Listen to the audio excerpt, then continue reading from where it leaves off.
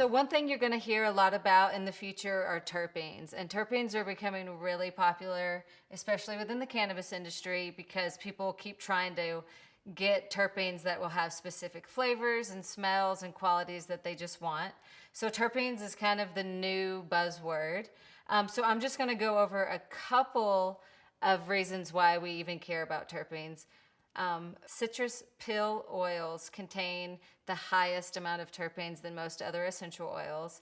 And why we care about, citrus oils or other terpene containing plants are because monoterpenes are very antiseptic, bactericidal, which means they actually will kill bacteria. They're analgesic, so they can stop pain.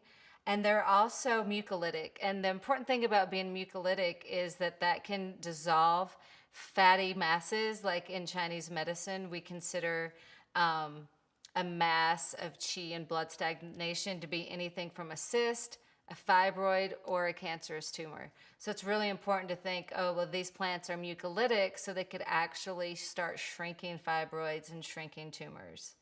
You do want to be careful because monoterpenes can cause skin irritation in high concentrations.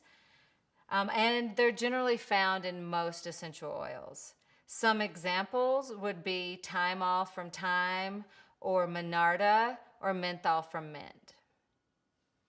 We also have sesquiterpenes, which basically just means it's a larger carbon chain.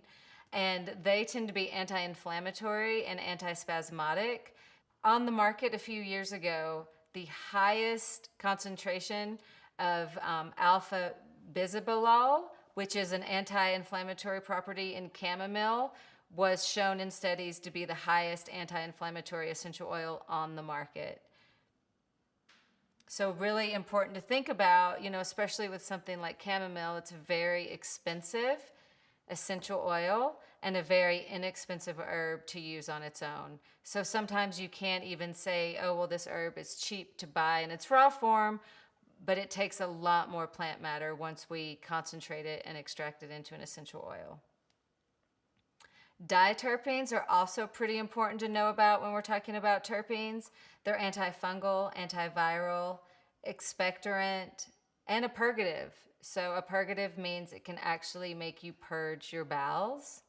So also, if you're taking internally, you want to be concerned about the concentrations because you don't want to give someone diarrhea.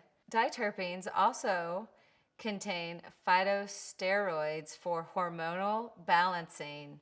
And these are rarely found in essential oils, but they're also important to talk about because some people and some books say that diterpenes should not be used in people that have estrogen dependent cancers. So maybe like a breast cancer or an ovarian cancer. You might just want to be a little bit more concerned or aware that there could be some phytosteroids in the essential oil that you're using.